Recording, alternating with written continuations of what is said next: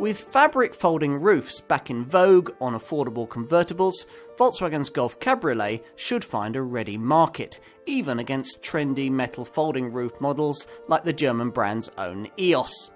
It certainly looks the part, quality meeting fashion in one tempting package. Volkswagen's Golf Cabriolet.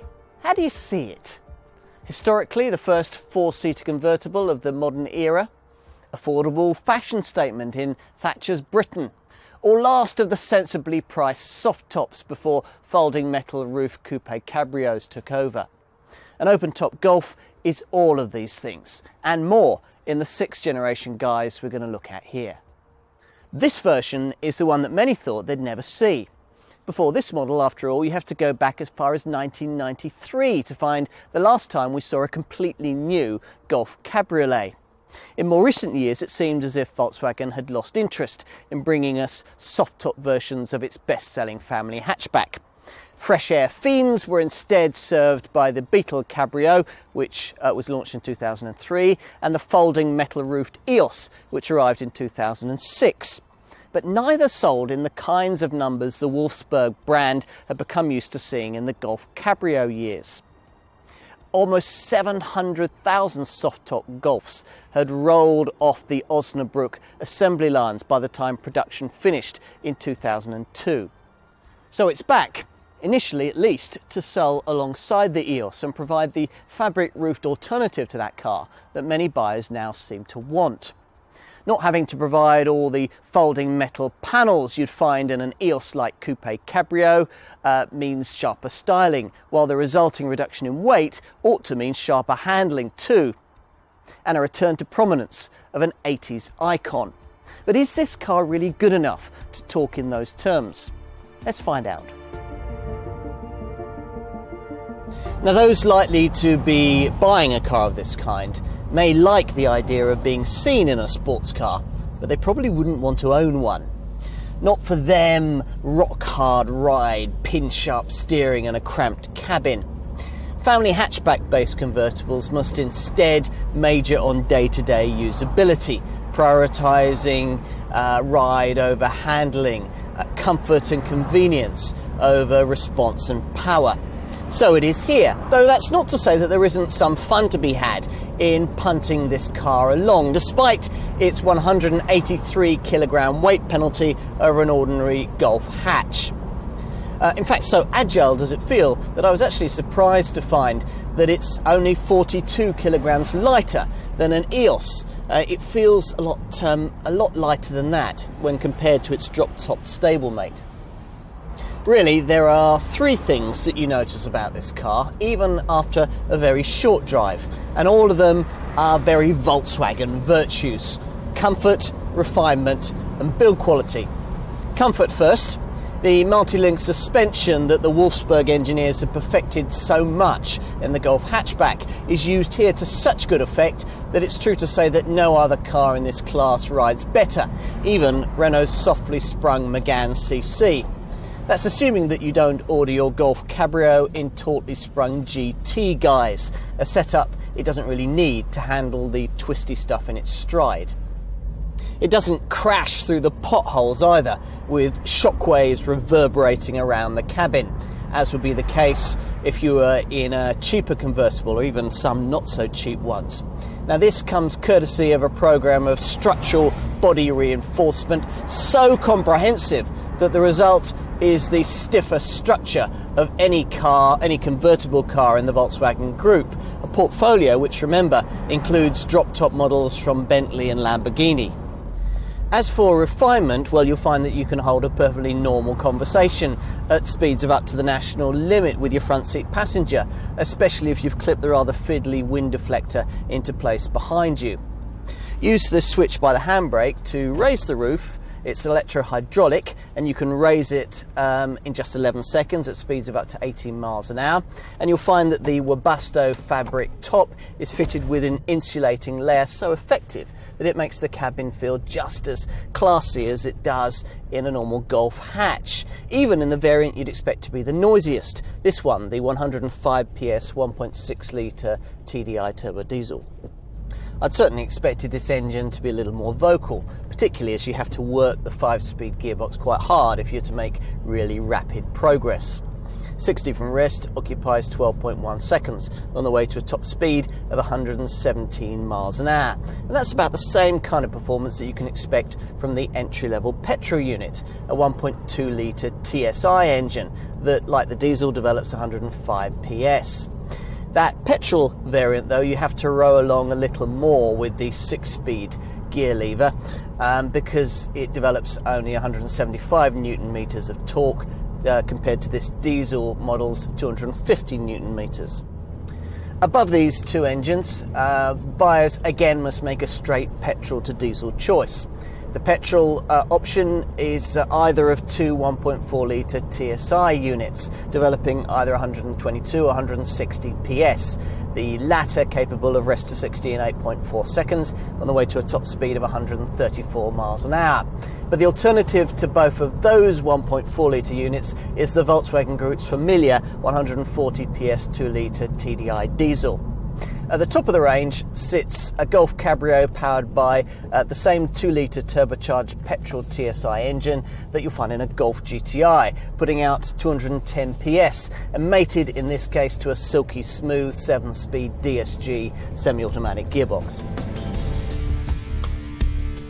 So what we have here is an ordinary Golf Mark 6 hatchback with an open top. Or do we? You're never quite sure with Volkswagen. After all, the last so-called Mark IV Golf Cabriolet was in fact really a Mark III model with a Mark IV grille tacked on the front. We didn't have a Mark V version, unless of course you count the EOS, and this Mark VI is an interesting mix that under the skin sees it with a Golf front end, an EOS middle and an Audi A3 Cabriolet rear. Without the Audi, this car probably wouldn't exist at all.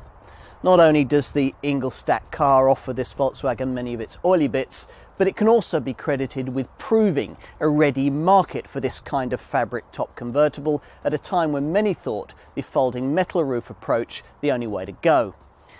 That's the backstory. What's important though is that this design looks just right, completely different from its hatchback stablemate, from the heavily raked windscreen backwards. The aesthetics are helped in no small measure by the fact that this is the first Golf Cabrio to do away with an ugly rollover bar, arcing strawberry punnet handle style over the centre of the car. Now there's no need for that in these days of automatically activating rollover protection systems that can spring up from behind these rear head restraints in the blink of an eye, leaving the rear deck able to be as clean and uncluttered as that of a Riviera speedboat. In size, it's slightly longer than a Golf hatchback, but 20 centimetres shorter than an EOS, thanks to the more compact rear end that rather cleverly incorporates this fabric roof. And I say that because of the way that it folds.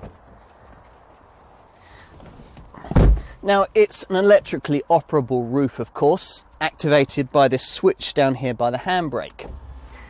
It goes up in just 11 seconds at speeds of up to 18 miles an hour. So you can put it up in heavy traffic if the weather suddenly turns bad, and put it down again just as quickly. In fact, it goes down in just 9 seconds.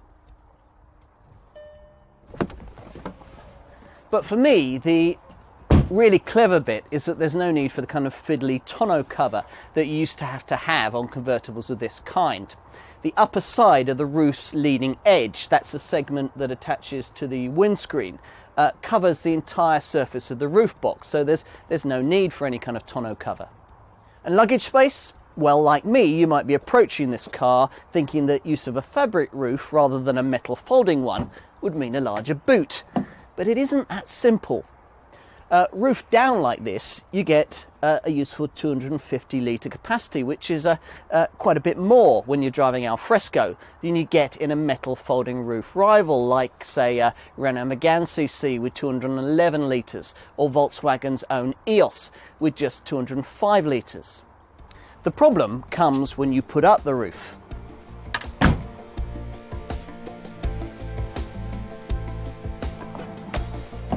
As you can see, top up, the space on offer doesn't improve. In contrast, metal folding roof rivals, whose boots of course must be huge to accommodate all that complicated origami folding panelling, well, they manage much better when their tops are in place, something like an EOS offering 380 litres in this form. To be fair though, this Golf could match that if you were to push forward its 50-50 split folding rear seats.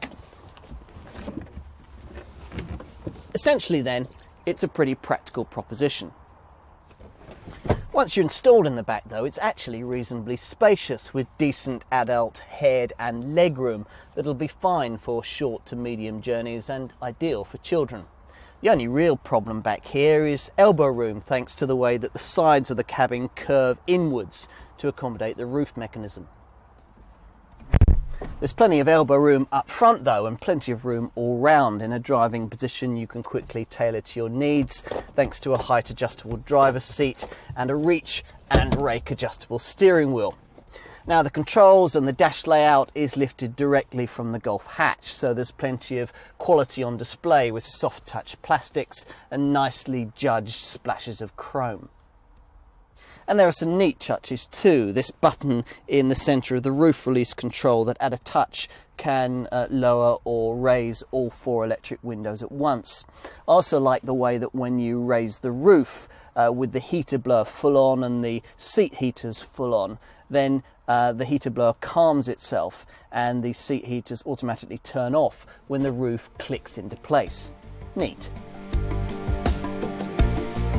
Now, it would be reasonable to come to this Golf Cabriolet expecting a fabric top convertible like this one to cost a little less than an apparently more complex folding metal roof convertible rival like Volkswagen's own EOS.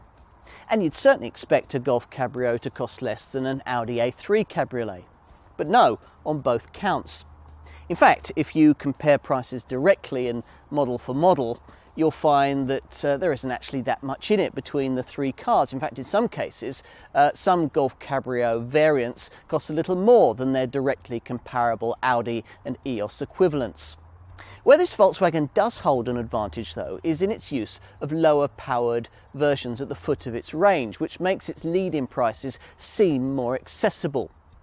As for what kind of prices we're talking about, well, most Golf Cabrio sales will be of the 1.2 and 1.4 litre petrol models and the 1.6 litre TDI diesel that I've been driving here, all of which cost around £3,000 more than their directly comparable Golf hatchback equivalents and sit in the £20,000 to £25,000 bracket common to cars of this kind in the open-top market. As for other directly comparable alternatives, well, there's BMW's 1 Series convertible if you're looking at a soft top like this, or there's Peugeot 308cc or Renault's Megane CC if you want to compare this car to a metal folding roof drop top. Now, whichever Golf Cabriolet model you choose, 1.2, 1.4 or 2 litre TSI petrol models, or 1.6 or 2 litre TDI diesels, you should find your car to be decently equipped. All, after all, are fitted with 16-inch alloy wheels, an 8-speaker MP3 compatible CD stereo with AUX in-socket, controls for which reside on the leather-trimmed 3-spoke multifunction steering wheel, a DAB digital radio, Bluetooth compatibility via mobile phone, a trip computer, climatic automatic air conditioning that also cools the glove box, electric windows, power heated mirrors, remote locking with an alarm, and a hill holder clutch to stop you drifting backwards on uphill junctions. A popular feature on 1.4 and 2 litre TSI petrol models is the Volkswagen Group's silky smooth 7-speed DSG semi-automatic gearbox. As for must-have extra cost items, well, there are really 2. First of all, the rear wind deflector, which clips in over the rear seats when they're not being used and considerably reduces buffeting top down at speed. Then there's the rear parking sensors, which you're really going to need in urban city centres because visibility out of the back, despite the larger glass rear window, isn't that great, roof up or down. Now, to be fair, both of these features are fitted as standard on the mid and high spec models that most will choose, but it would be nice to see them fitted right across the range as a part of the cost of the car. I'd also probably be tempted by the luxury pack, which amongst other things includes auto headlamps and wipers, an auto dimming rear view mirror and electrically folding door mirrors. As customers would expect from any car in the Golf family, this Cabriolet comes equipped with a serious roster of safety kit.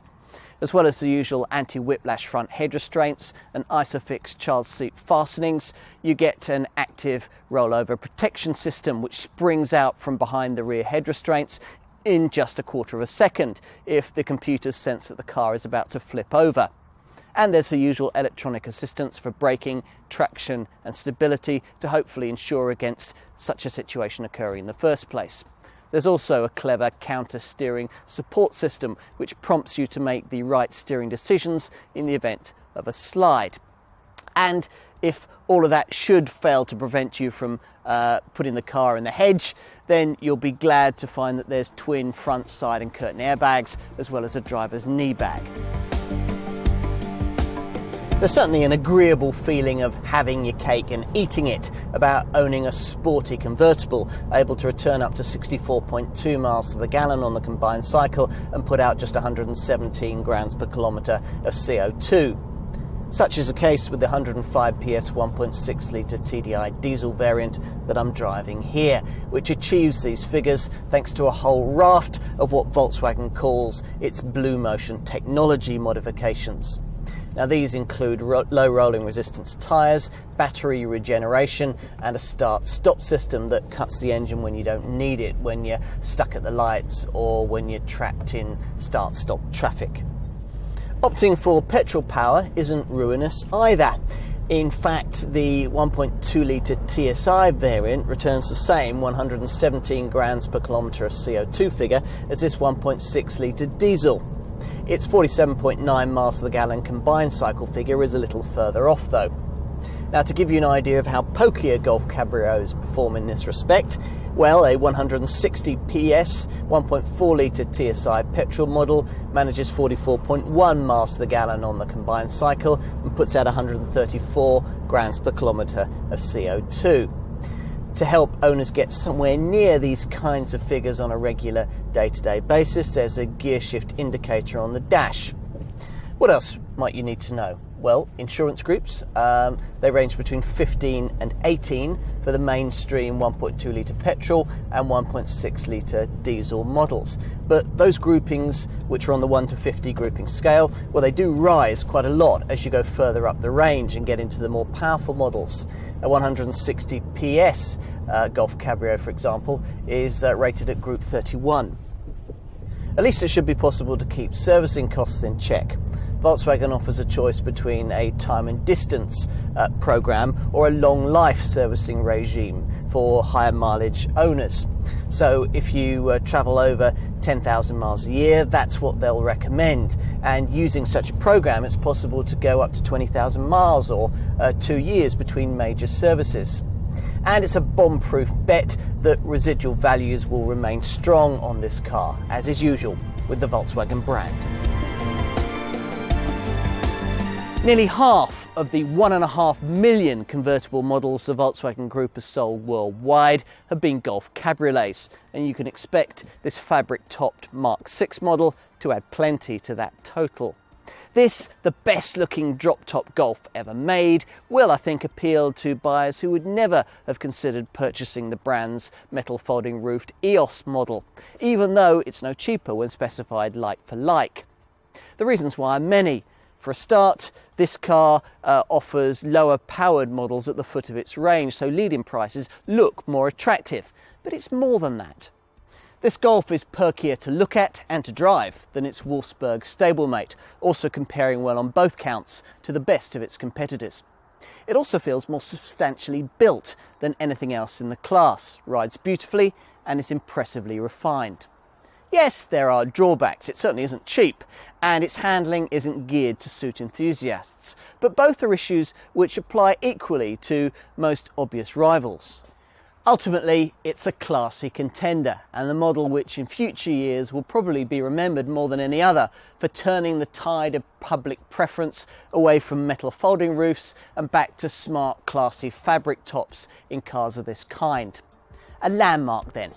just as Golf Cabriolets have always been.